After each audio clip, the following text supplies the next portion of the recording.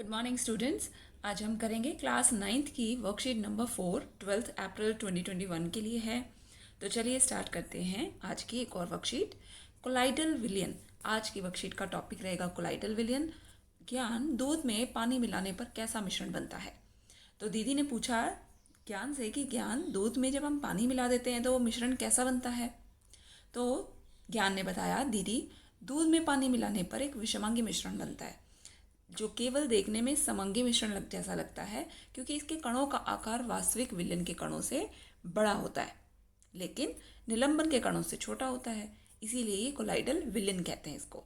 ठीक है, तो दूध में जब हम पानी मिलाते हैं तो वैसे तो वो विषमांगी मिश्रण है, लेकिन वो देखने में समंगी मिश्रण के जैसा लगता है। वो इसीलिए क्योंकि इसके जो कणों का आकार है वो वास्तविक विलयन से तो बड़ा हो जाता है लेकिन निलंबन के कणों से छोटा होता है। इसी वजह से उसको कोलाइडल विलयन भी कहते हैं। ठीक है, वर्कशीट को ध्यान से समझना, इसी में प्रश्नों के उत्तर मिलेंगे। अब अगली बात यह है कि विलयन की तरह कोलाइडल विलयन के भी दो भाग होते हैं।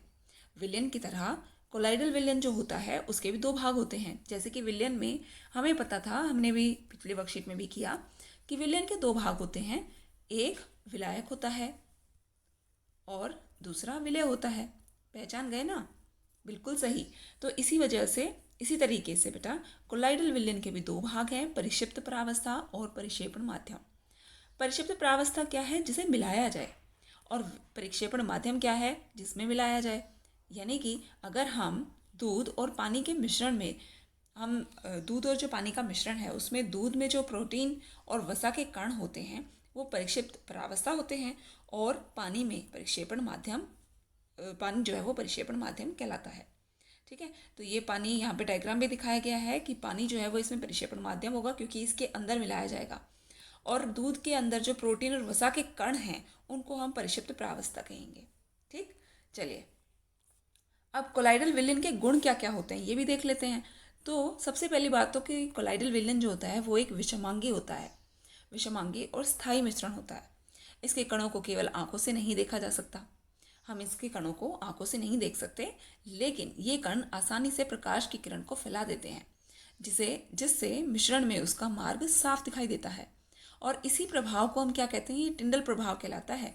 ये टिंडल प्रभाव वास्तविक विलयन में नहीं होता। जो वास्तविक विलयन होते हैं, जैसे आप देख रहे हो इस डायग्राम में, अगर हम यहाँ पर ये जो विलयन रखा है, ये कोलाइडल रखा है, अब यहाँ हम टॉर्च लगाकर इसकी रोशनी को इस तरफ कर दें तो क्या होगा कि ये जो प्रकाश है आपको विलयन में से नज़र नहीं आएगा, लेकिन कोलाइडल में से ये साफ नज़र आएगा।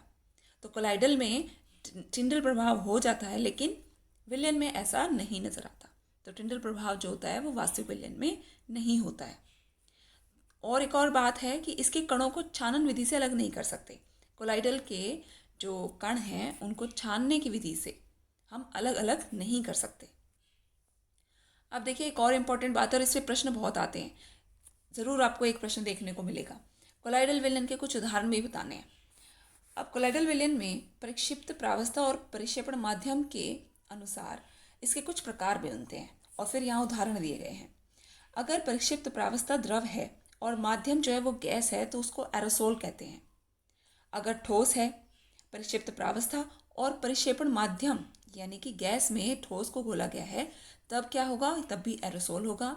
गैस और द्रव ये दोनों परिक्षिप्त प्रावस्था और माध्यम है, तो ऐसे केस में इसको हम फोम कहते हैं। लेकिन परिक्षिप्त प्रावस्था अगर द्रव है और माध्यम भी द्रव है तो इसे हम इमल्शन कहते हैं। इनके कुछ उदाहरण दिए गए हैं, जैसे कि एरोसोल के उदाहरण है कोहरा, बादल, कुहासा।